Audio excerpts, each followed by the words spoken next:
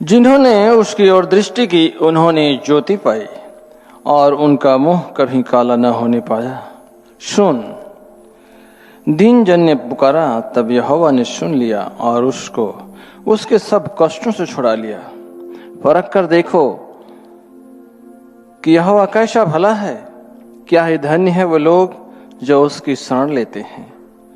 जवान सिंहों को तो घटी हो सकती है, परंतु परमेश्वर के खोजियों को किसी भली बस की घटी नहीं होगी।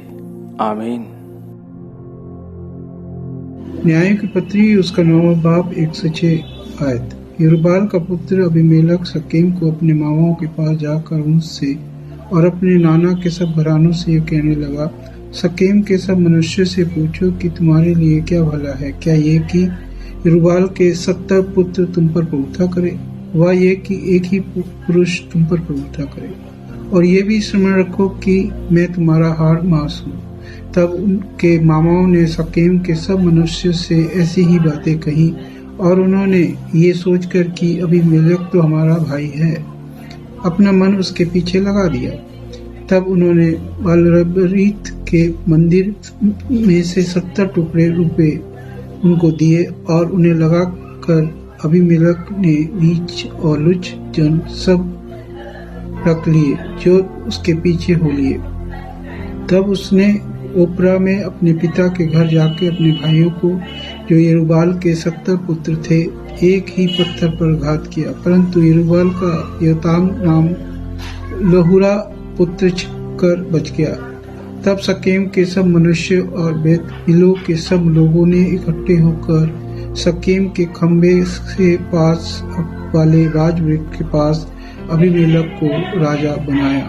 परमेश्वर अपने वचन के पढ़े और सुने जाने पे आशीष हो। आमीन। आप सबको जय मसीह की। आज हम पढ़ेंगे इफिसियों 2:14 से 18। क्योंकि वही हमारा मेल है जिसने दोनों को एक कर लिया और अलग करने वाली दीवार को जो बीच में थी ढा दिया, और अपने शरीर में बैर अर्थात वह व्यवस्था जिसकी आज्ञाएं विधियों की रीति पर थी मिटा दिया, कि दोनों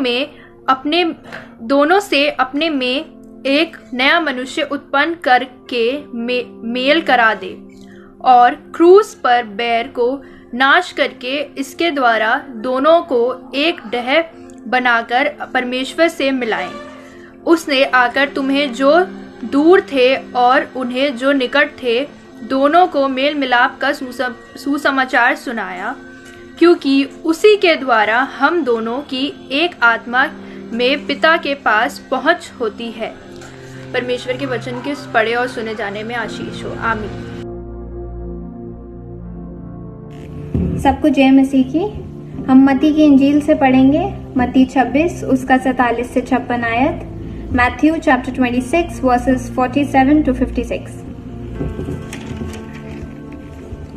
वह ये कह ही रहा था कि यहूदा जो 12 में से एक था आया, और उसके साथ प्रधान याजकों और लोगों के पुरनियों की ओर से भीड़ तलवारें और लाठियां लिए हुए आई।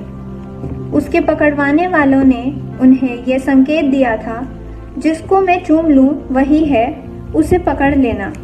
और तुरंत यीशु के पास आकर कहा, हे रबी नमस्कार, और उसको बहुत चूमा। यीशु ने उससे कहा, हे मित्र, जिस काम के लिए तू आया है उसे कर ले। तब उन्होंने पास जाकर यीशु पर हाथ डाले और उसे पकड़ लिया। यीशु के साथियों में से एक ने हाथ बढ़ाकर अपनी तलवार खींच ली और महायाजक के दास पर चलाकर उसका कान उड़ा दिया। तब यीशु ने उससे कहा, अपनी तलवार म्यान में रख ले, क्योंकि जो तलवार चलाते हैं वे सब तलवार से नष्ट किए जाएंगे। क्या तू नहीं जानता कि मैं अपने पिता से विनती कर सकता हूँ और वह स्वर्गदूतों की 12 पलटन से अधिक मेरे पास अभी उपस्थित कर देगा? परंतु पवित्र शास्त्र की वे बातें कि ऐसा ही होना अवश्य है कैसे पूरी होंगी? उस समय यीशु ने भीड़ से कहा, क्या तुम तलवारें और लाठियां लेकर मुझे डाकू के समान पकड़ने के लिए आए हो? मैं हर दिन मंदिर में बैठकर उपदेश दिया करता था और तुमने मुझे नहीं पकड़ा, परंतु ये सब इसलिए हुआ है कि भविष्यवक्ताओं के वचन पर पूरे हों। तब सब चेले उसे छोड़कर भाग गए। आमीन। ये प्रभु यीशु मसीह का वचन है। जय मसीह की।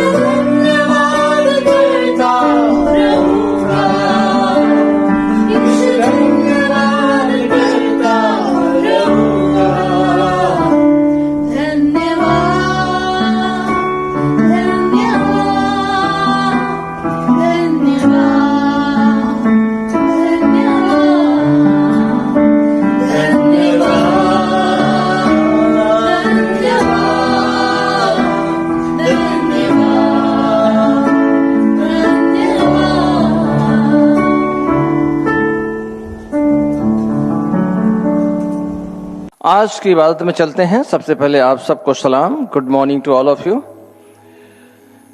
आज का दिन जो है एट संडे बिफोर ईस्टर, पुनरुत्थान पूर्व से पहला 8वां रविवार, पुनरुत्थान पूर्व से पूर्व 8वां रविवार।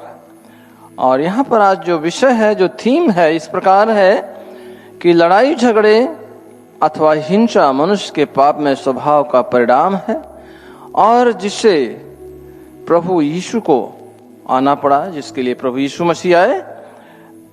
Strife and violence are the result of human sinfulness from which Christ came to save us. प्रभु यीशु मसीह हम लोगों को बचाने के लिए आया। और यहाँ जो खुदा के पाक कलाम से लिया गया है, होली बाइबल से, जजेस उसका 9वां अध्याय पहली 6 आयतें, न्यायियों की किताब उसका 9वां अध्याय की पहली 6 आयतें, और इफिसियंस 2 अध्याय 14 आयत से 18 आयत तक, holy gospel according to Matthew chapter 26 verse 47 to 56, मत्ती की इंजील उसका 26वां बाब की 47 आयत से 56 आयत है। और यहाँ पर इस प्रकार से हम इस वचन पर मनन करेंगे आज कि प्रभु का जो वचन है किस तरह से हमें प्रेरणा देता है, हमें क्या सिखाता है। आज हम इस वचन पर मंथन करेंगे, इस वचन पर हम चिंतन करेंगे, इस वचन पर आज ध्यान लगाएंगे कि परमेश्वर अपने वचन के माध्यम से क्या सिखाता है। यहां पर देखा जा रहा है कि प्रभु यीशु मसीह को धोखे के साथ पकड़वाया जाना, धोखे से प्रभु को, यीशु को धोखे से पकड़ा जाना। और ये जो चीज है ये लिखा हुआ है मत्ती की इंजील में, मरकुस की इंजील में, ल्यूक की इंजील में और यूहन्ना की इंजील में। ये चारों गॉस्पेल में प्रभु यीशु मसीह को जिस तरह से पकड़वाया गया है ये यहां पर लिखा गया है। और इसके बारे में हम यहां देखते हैं कि प्रभु यीशु मसीह को किस तरह से पकड़वाया जा रहा है, क्योंकि ये बहुत बड़ी एक ऐसी साजिश के तहत प्रभु यीशु मसीह का शिष्य, जो 12 शिष्य थे प्रभु यीशु मसीह के, उनके एक शिष्य का नाम था जुडास। और जुड़ा जो है प्रभु यीशु मसीह का एक शिष्य हुआ करता था। और जुड़ा के माध्यम से, जुड़ा को जो है वो प्रभु यीशु को पकड़वाया जाना तय था। यहां पर हम देखते हैं कि प्रभु यीशु मसीह एक परमेश्वर का पुत्र, एक परमेश्वर खुद, एक मनुष्य है प्रभु यीशु मसीह, लेकिन लोगों को उद्धार के लिए, शांति के लिए, अहिंसा के लिए आया। लेकिन उस प्रभु के साथ क्या होता है, यहां देखते हैं कि जुड़ा बिकेम ए ट्रेटर। जुड़ा जो है उसके अंदर एक ऐसा सिंफुल स्वभाव आता है, वो गद्दारी करता है, वो गद्दार बन बैठता है। और प्रभु यीशु मसीह के साथ जब लोग प्रभु यीशु मसीह को पकड़ने चाहते हैं, प्रभु यीशु मसीह को पकड़वाना चाहते हैं कि किस तरह से प्रभु को हम पकड़ें, जो वहां के याजक थे, जो वहां के एल्डर थे, जो वहां के बुजुर्ग लोग थे, वो एक भीड़ जो है प्रभु यीशु को पकड़ने के लिए आती है। जिस तरह से ऐसा लगता है कि प्रभु यीशु मसीह ने कोई बहुत बड़ा क्राइम कर दिया हो, कोई बहुत बड़ा क्रिमिनल आदमी हो, जबकि वो प्रभु यीशु मसीह डेली आए दिन उनके सब्त में, उनके टेम्पल के अंदर, उनके सिनेगोग के अंदर प्रभु यीशु मसीह प्रवचन किया करते थे, प्रभु यीशु मसीह उपदेश दिया करते थे, क्योंकि वो सच्ची बात बोलते थे। कहते हैं सत्य कड़वा होता है, सत्य को हजम करना बड़ा मुश्किल होता है। इसलिए वो प्रभु यीशु मसीह को नाश करना चाहते थे कि ये सत्य बोलता है और सत्य बोलने वाला बुरा लगता है, सत्य हमें डाइजेस्ट नहीं जल्दी हो पाता है। इसलिए यहां लिखा है कि लोग तलवारें, लोग लाठियां लेकर के प्रभु यीशु मसीह के पास, भीड़ आ रही है उसको पकड़ने के लिए, कि ऐसा लगता है कितना बड़ा क्राइम किया हुआ प्रभु यीशु मसीह ने। और जो चेले थे, 12 चेले, उन 12 चेलों की देखिए क्या हालत होती है कि वो 12 चेले क्या करते हैं, किस तरह से बेचारे अपने आप को प्रोटेक्ट करते हैं। लेकिन उनमें से एक जो जुडास है वो प्लान बनाता है प्रभु को पकड़ने के लिए, जो एक जाल बिछा जाता है, एक पूरा तरीके से जो है उसको पकड़ने का जाल बिछा जाता है, किस तरह से यीशु मसीह को पकड़ा जाए और उसको क्रूसिफाइड किया जाए। तो उन्हीं में से, उनके चेलों में से एक को, 12 में से एक को जो जुड़ा है उसको पकड़ते हैं, उसको लालच देते हैं। और देखिए उसके अंदर क्या आता है, एक तो उसका अंदर अंधकार, उसके अंदर अज्ञानता, उसके अंदर धन का लालच, और दूसरी बात वो माया जाल में फंस जाता है, उसका मोह भंग हो जाता है और प्रभु यीशु मसीह को आकर के किस करता है, उसको चूमता है बड़े प्यार से। यहां पर एक पहले ही प्लान हो चुकी है कि I will kiss him, that is one of the sign, मैं उसको किस करूंगा कि यही है यीशु मसीह। और यीशु मसीह को पकड़ते हैं लोग बाग। ये एक प्लान कैसे कैसे पकड़ा जाएगा। और इसके बाद यहां पर देखते हैं यही चीजें ये उस समय 2000 वर्ष पहले हुई थी और आज भी किसी को के साथ धोखाधड़ी लोग बाग करते हैं, ऐसी इसी तरह की हरकतें होती हैं, मिला करके उसके साथ उसको किस तरह से धोखा किया जाता है। लेकिन प्रभु यीशु मसीह का जो समय था, Jesus death was by his own choice. प्रभु यीशु मसीह की जो मौत थी उसकी एक अपनी खुद की इच्छा थी, उसकी एक अपनी चॉइस थी। जब वो क्रूस पर था, कहा हे पिता, मैं अपनी आत्मा आपके हाथों में सौंपता हूं। हे पिता, मैं अपनी आत्मा आपके हाथों में सौंपता हूं। और उसने प्राण त्याग दिया। उसको प्राण लेने का भी अधिकार था, प्राण देने का भी अधिकार था। He himself God, he himself man। लेकिन उस प्रभु यीशु मसीह को उसकी खुद की इच्छा थी। दूसरी बात, प्रभु यीशु मसीह जो है, he chose to die because he knew that his death was the purpose of God। वो जानता है कि परमेश्वर की प्लान है, परमेश्वर की योजना है। और ये इस तरह से यह रास्ता को अख्तियार किया। He took this way because it was the very things that God been foretold by the prophets। यानी ये पहले से ही नबियों के द्वारा बताया जा चुका था कि वह इस तरह से पकड़वाया जाएगा, प्राचीनों के हाथ, बुजुर्गों के हाथ मरवाया जाएगा, क्रूसिफाइड किया जाएगा। ये हो चुका था। लेकिन he took it because love is the only way। जो प्यार है वही एक मार्ग है, हिंसा कोई मार्ग नहीं है। हिंसा से किसी चीज का समाधान नहीं हो सकता। समाधान तो हो सकता है तो सिर्फ प्यार के माध्यम से। Love is the only way. प्यार ही एक रास्ता है, प्यार ही परमेश्वर है, प्यार ही सब कुछ है, प्यार के सिवा और कुछ नहीं है। इसलिए यहां पर देखिए, हे रवि को नमस्कार करता है, प्रभु को नमस्कार करता है, प्रणाम करता है, ग्रीटिंग करता है, उसको बहुत चूमता है, किस करता है। यीशु मसीह क्या कहते हैं, हे मित्र।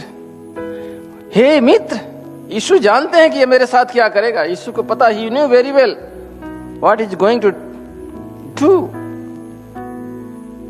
हे मेरे मित्र, जिस काम के लिए तू आया है उसे कर ले। क्या प्रभु की महानता। प्रभु जानते हैं कि वो क्या करने आया है मेरे साथ, किस लिए आया है।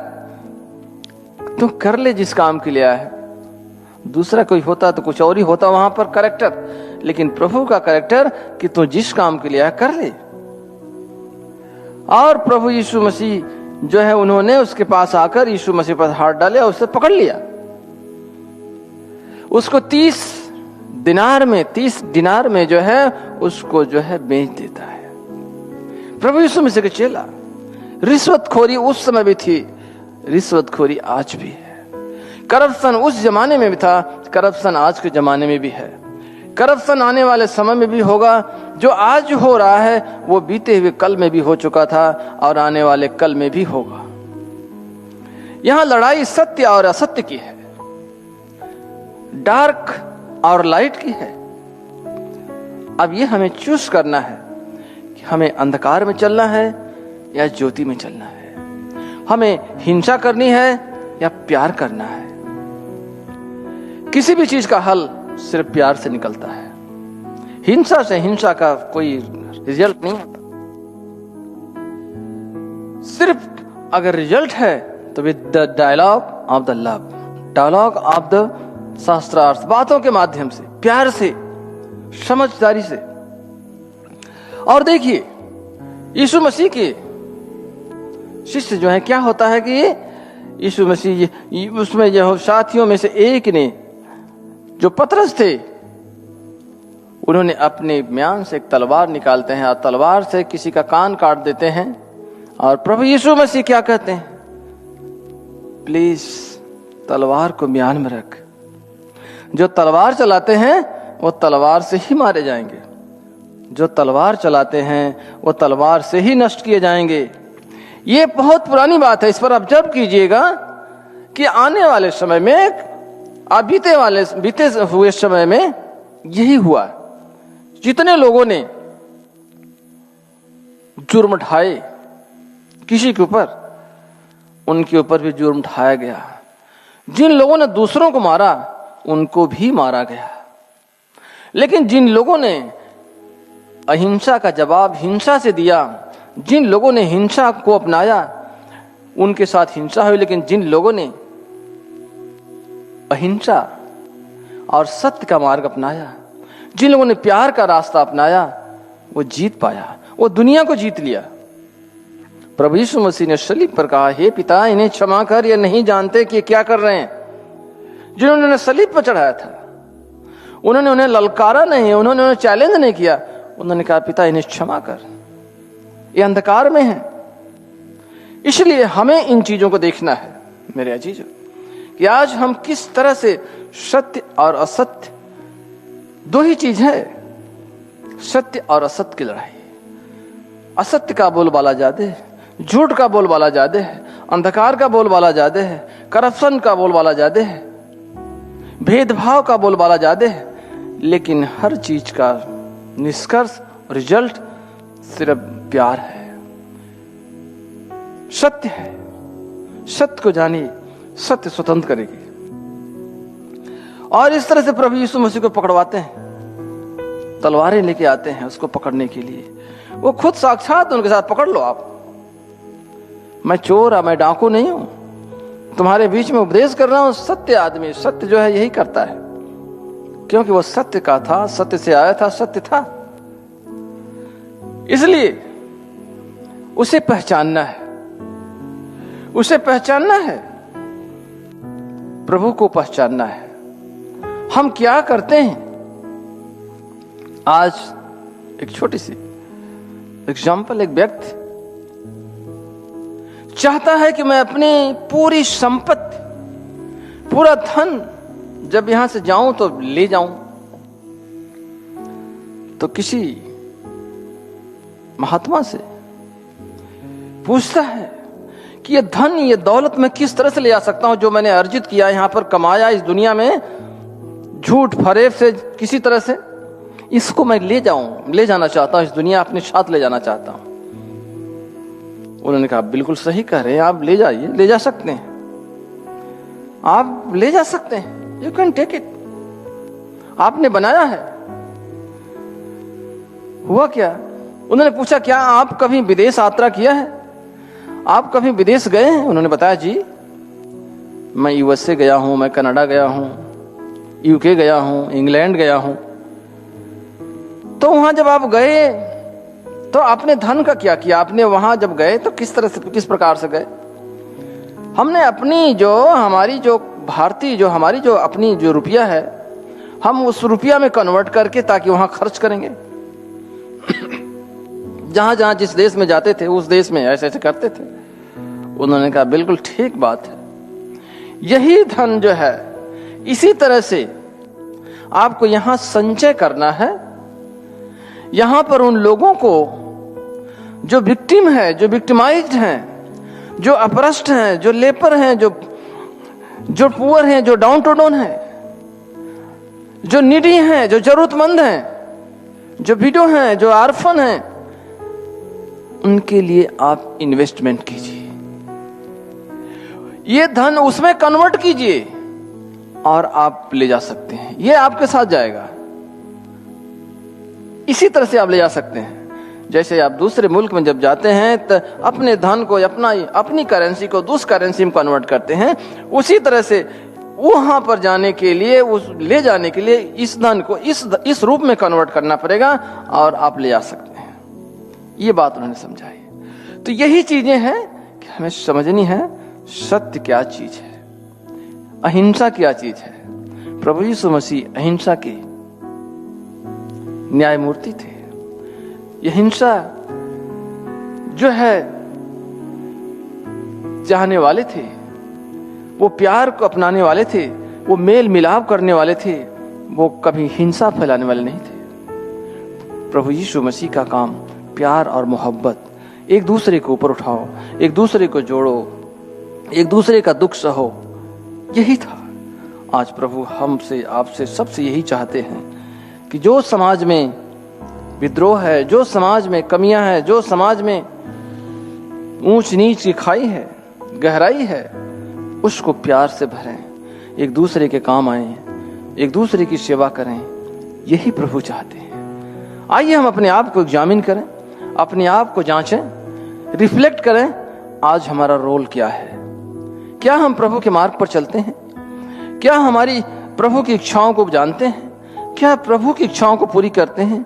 आज सिर्फ अपनी इच्छाओं को पूरी करते हैं। इस बात को जानें। आइए हम प्रार्थना करें। हमारे प्रभु, हमारे परमेश्वर, हमारे पिता, शुक्रगुजार हैं आपकी मेहरबानियों के लिए। प्रार्थना करते हैं आपके इस परिवार के लिए, इस देश के लिए, इस समाज के लिए। प्रभु आपकी करुणा, आपकी दया बनी रहे, आपका प्यार बना रहे, आपका अनुग्रह बना रहे, आपका प्रकाश इस देश को, इस समाज को, इस परिवार को प्रकाशित करे। प्रभु सत्य के मार्ग को अपना सके, आपके प्यार के पथ पर चले, आपकी खूबियां पाई जाए, आपके तमाम खूबियों में बने रहें और आपके नाम को महिमा मिले। आपके ही पवित्र नाम से मांगते हैं, आमीन। आप सबको जय मसीह की।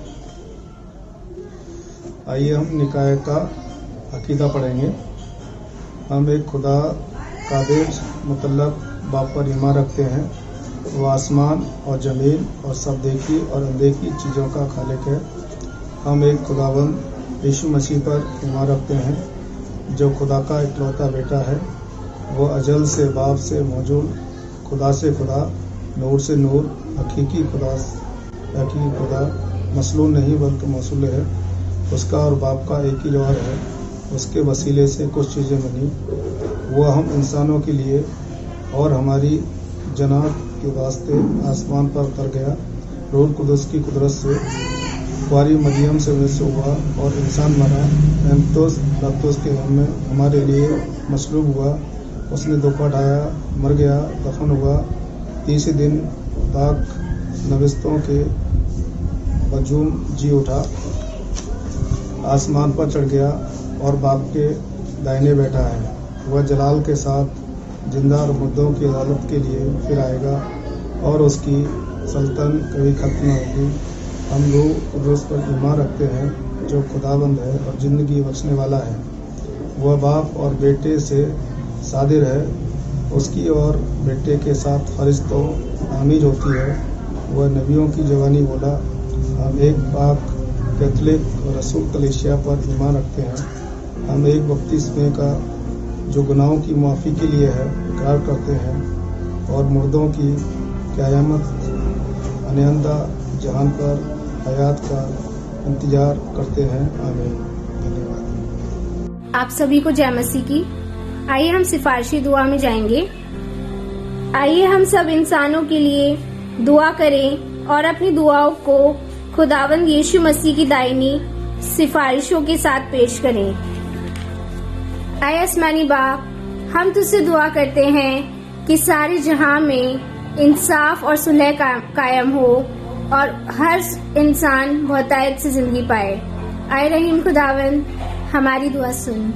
उन सब के लिए जो इस गांव शहर में बसते हैं और उन तमाम बातों को दूर करने के लिए भी जो एक दूसरे में फूट और झगड़े पैदा करती है, ताकि हमारे मुल्क में सच्ची एकता और मेल मिलाप की तरक्की हो।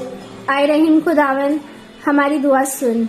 उन सब के लिए जो खेती बाड़ी, उद्योग धंधे या व्यापार में लगे हैं, सब मजदूरों और कारीगरों के लिए भी और उन सारे लोगों के लिए भी जो हमारी जरूरतों को पूरा करते हैं। आए रहीम खुदावन, हमारी दुआ सुन। तमाम उस्तादों, पढ़ने वालों, साइंसदानों, लेखकों, हुनरमंदों और उन सब के लिए भी जो दूसरे लोगों के दिल और दिमाग पर असर डालते हैं। आए रहीम खुदावन, हमारी दुआ सुन। उन सब के लिए जो दुख या तकलीफ उठा रहे हैं, बेरोजगार हैं, गरीब और भूखे हैं, मोहताज या कुचले हुए हैं, जो बीमार या मरने के करीब हैं, और उन सब के लिए भी जो उनकी मदद करते हैं। आए रहीम खुदावन, हमारी दुआ सुन।